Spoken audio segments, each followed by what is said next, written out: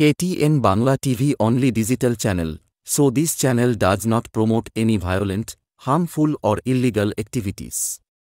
All content provided by this channel is meant for an educational purpose only. হরিহরপাড়ার নসিপুরে হাইড্রেনের উদ্বোধন করলেন জেলা পরিষদের সদস্য জিল্লার রহমান। রবিবার দুপুরে মুর্শিদাবাদ জেলা পরিষদের তত্ত্বাবধানে হরিহরপাড়া গ্রাম পঞ্চায়েতের নসিপুর এলাকায় 38,82,533 টাকা ব্যয়ে 430 মিটার হাইড্রেনের শুভ উদ্বোধন করা হয়।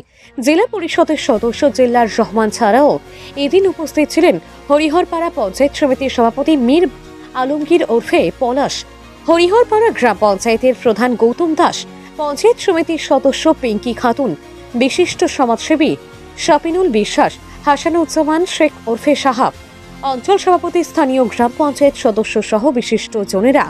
আমাদের জেলা পরিষদের মুর্শিদাবাদ জেলা পরিষদের তত্ত্বাবধানে প্রায় 38,82,000 টাকার মূল্য দিয়ে আজকে একটা হাইড্রেন আমরা উদ্বোধন করলাম নসিপুর গ্রামে, হরিহরপাড়া পঞ্চায়েতের মধ্যে। আমারই 70 নম্বর জেলা পরিষদের কনস্টিটিউয়েন্সির মধ্যে পড়ছে। তা এই কেন্দ্রে থেকে আমাকে আমাদের পঞ্চায়েত সমিতির মেম্বার পিঙ্কি বলেছিল যে এখানে একটা ড্রেনের প্রয়োজন, যেভাবে মানে বৃষ্টির জল বলুন বা বাড়ির জল নামার কোনো রাস্তা নেই, হ্যাঁ, তাই একটা ড্রেনের খুবই প্রয়োজন।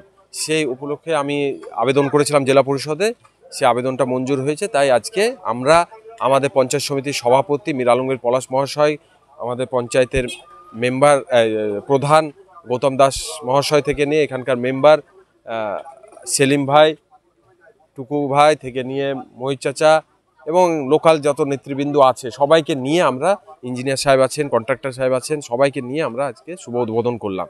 এরকম বিভিন্ন জায়গায় হরিহরপাড়ায় যেভাবে উন্নয়ন করছি, মানে মানুষজনের জন্য বিধায়ক সাহেব যে উদ্যোগ নিয়ে বিভিন্ন জায়গায় রাস্তাঘাটের উন্নয়ন করে চলেছেন।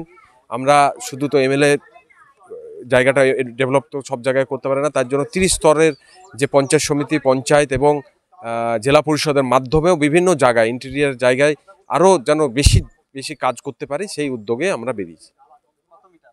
প্রায় 430 মিটার মতো কাজ। আমাদের হরিহরপাড়ার নসিপুর প্রত্যন্ত এলাকা এবং এখানকার যে এলাকায় এই ড্রেনটা নির্মিত হবে সেটা অনেকটা লো ল্যান্ড।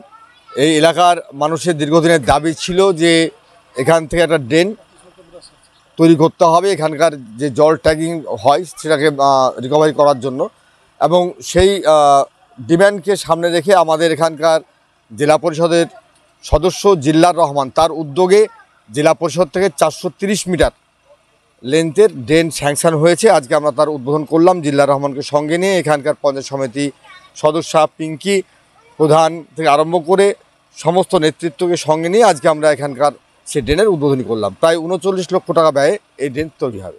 হরিহরপাড়া থেকে জব্বার শেখের রিপোর্ট।